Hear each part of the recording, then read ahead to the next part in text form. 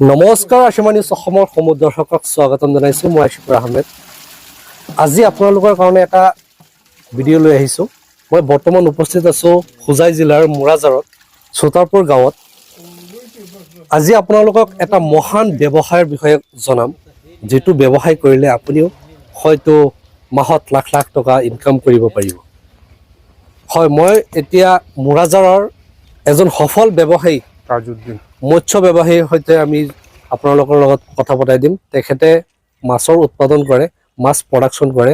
আপোনালোকৰ যিকোনো মাছৰ পোনা লাগে তেখেতৰ পৰা পাই যাব, আৰু স্ক্ৰীণত কণ্টেক্ট নম্বৰ দিয়া থাকিব, আপোনালোকে যোগাযোগ কৰিব।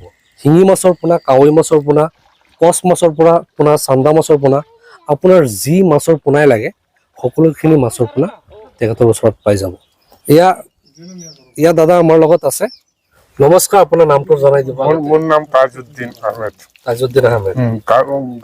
গাঁৱৰ নাম হ'ল চোতাৰপুৰ। আপুনি কিমান বছৰ ধৰি এই মাছৰ লগত জড়িত? মই 92ৰ পৰা একচুৱেল জড়িত হৈ আছো মাছৰ লগত।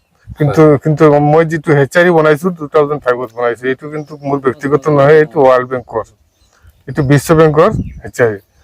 বিশ্ব বেংকৰ আণ্ডাৰত মোৰ চলে। মোৰ তাৰমানে যিকেইটা ব্ৰুডাৰ্ছ আছে, এই ব্ৰুডাৰ্ছ কেইটা গভৰ্ণমেণ্টে চেক কৰে, ৱেটটো চেক কৰে, তাৰমানে এইটো ঠিক আছে নে নাই, চব ভেৰাইটিজ ব্ৰুডাৰ্ছ চেক কৰে। গতিকে মোৰ এইটো মই ভাবোঁ যে অসমৰ ৰহা ফিচাৰীৰ পিছত কিজানি মোৰটোৱেই হ'ব, কাৰণ ৱৰ্ল্ড বেংকৰ টিমেও আহি ইনকুৱাৰী কৰে, আমাৰ ষ্টেট লেভেল চবে ইনকুৱাৰী কৰে। আপোনালোকৰ হেচাৰীত ক'ৰ মানুহে আহি মাছ লৈ যায়? আমাৰতো অল অসমটো আছেই। অসমৰ বাহিৰত নাগালেণ্ড, আপোনাৰ অৰুণাচল, মেঘালয়। এতিয়া আপুনি আৰু কিমান দিনৰ ভিতৰত কামটো ষ্টাৰ্ট কৰিব? নাই, মই ৰিচেণ্ট 12-13 তাৰিখৰ পৰা আমাৰ কামটো ষ্টাৰ্ট হৈ যাব। ফাৰ্ষ্ট পোনা কি ওলাব? ফাৰ্ষ্ট মই ভাবিছোঁ তো ৰূপচান্দা ওলাব। ৰূপচান্দা। Second IMC Indian major carp, যিটো ৰৌ মিৰ্কা কাটলা বুলি কয়, এইটো ওলাব। ধৰক ৰূপচান্দা আপোনাৰ ব্ৰিডিং কৰিলে কিমান দিনৰ ভিতৰত আপোনাৰ 1 ইঞ্চি 1.5 ইঞ্চি হৈ যায়? Minimum 25 days। এতিয়া যদি অসমৰ যিকোনো ঠাইৰ পৰা মাছৰ অৰ্ডাৰ কৰে, মাছ নিব বিচাৰে, আপুনি দিব পাৰিবনে? নিশ্চয়। ধৰক চান্দা মাছ যদি বিচাৰে, কচ মাছৰ পাংগাছ, যিটো পাংগাছিয়াছ বুলি কয়, পাংগাছ মাছৰ পৰা যদি বিচাৰে আপুনি দিব পাৰিব? নিশ্চয়। আৰু এটা মাছ আছে শিঙি মাছ। শিঙি মাছটো আজি চাইছো আপুনি শিঙি মাছ পুখুৰীৰ পৰা ধৰিছে, চাইছো বহুত ভাল সাইজ হৈছে। এইটো মাত্ৰ 4 মাহ হৈছে। মাত্ৰ 4 মাহত আপুনি ইমান ডাঙৰ কৰি পেলাইছে। 4 মাহ, তথাপিও তো ঠাণ্ডা সিজন আছিল, মাছৰ যিটো বৃদ্ধি হোৱা সিজন এইটো পোৱা নাই। মই ফিচাৰীটো ঠাণ্ডা সিজনতো আপুনি মাছ ইমান বৃদ্ধি কৰিছে। মিনিমাম 16টা-17টা পাৰ কেজিত আহিছে। 16টা-17টা পাৰ কেজিত আহিছে। এতিয়া বৰ্তমানৰ প্ৰাইস কিমান আছে? শিঙি মাছৰ প্ৰাইস কিমান আছে মাৰ্কেটত? এভাৰেজ হিচাপ কৰিলে 600 পাই যাম। 600 পাই যাম। এটো আপুনি কিমান সাইজৰ মাছ এৰিছিল পুখুৰীত? 1.5 ইঞ্চি মান হ'ব। মাত্ৰ 1.5 ইঞ্চি। আপোনাৰ নিচিনা বেলেগ মানুহো এনেকে কৰিব পাৰিবনে? নিশ্চয়।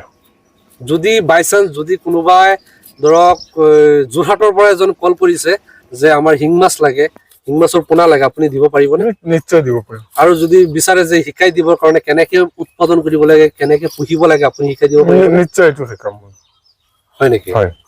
আপোনাৰ এটা আইডিয়া দিয়কচোন যে 1 বিঘা মাটিত কিমান শিঙি মাছ এৰিব পৰা যায়? মোৰ হিচাপত মিনিমাম 30,000 মাছ এৰিলে আপুনি কমসে কম তো 15-20 কুইণ্টেল মাছ বনাব পাৰিব। নাই, ইমান নহব। আপুনি ধৰি লওক 15টা কেজি হলে আপুনি হিচাপটো ওলাই দিব পাৰে কিমান কেজি ওলাব।